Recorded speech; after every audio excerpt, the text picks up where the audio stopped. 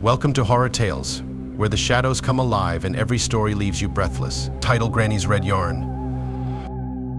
Lena loved visiting her granny's house, a small, cozy cottage nestled at the edge of a quiet forest. The house always smelled of fresh bread and lavender, and Granny would always be sitting in her favorite rocking chair, knitting something warm and comforting. Granny was the kind of woman who always had a smile on her face and a gentle word on her lips, making Lena feel safe and loved. One autumn weekend, Lena's parents dropped her off at Granny's for a visit. As usual, Granny was in her rocking chair, knitting away. But this time, something was different. The yarn Granny was using wasn't the usual soft pastel colors Lena was used to. Instead, it was a deep, dark red, almost the color of blood. "Hello, my sweet Lena," Granny said, looking up with a smile. "I'm making something special for you." Lena smiled back, but she couldn't shake the feeling that something was off. "What are you knitting, Granny?" she asked, watching the needles click together as they wove the dark red yarn into a thick fabric. "A new blanket," Granny replied, her voice soft but with a strange edge to it. "It will keep you warm and safe." Lena sat on the floor beside Granny, watching the blanket grow. The red yarn seemed to shimmer in the dim light, almost as if it were alive. Lena felt a chill run down her spine, but she pushed the feeling aside. This was Granny, after all. There was nothing to be afraid of. As the evening wore on, Granny's knitting grew faster and more intense. The rhythmic clicking of the needles became louder, echoing in the small room. Lena felt herself growing sleepy, her eyelids heavy, but she couldn't look away from the blanket. "Granny," Lena said, her voice barely above a whisper, "I think I'm going to bed now." Granny didn't respond. Her hands moved faster, the needles a blur as the blanket grew longer and longer.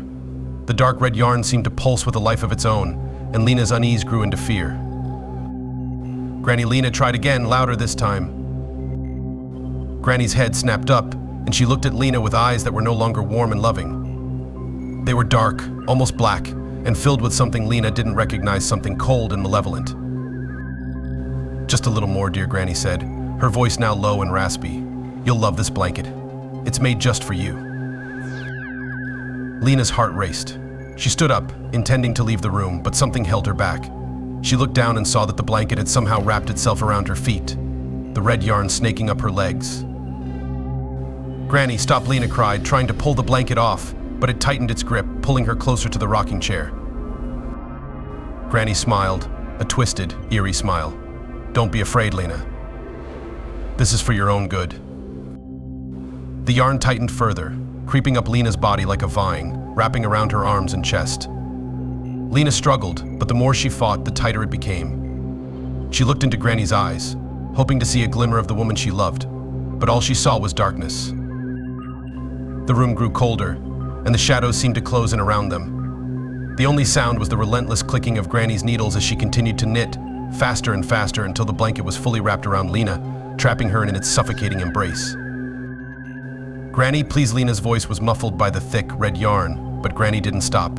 She just kept knitting, her eyes locked on the blanket. Finally, Lena's vision began to fade. The last thing she saw was Granny's face, smiling down at her, but it wasn't the face of her grandmother anymore. It was something else, something ancient and terrible, wearing Granny's face like a mask. "Sleep now, my sweet girl," the creature whispered as the darkness closed in. "You're safe with me."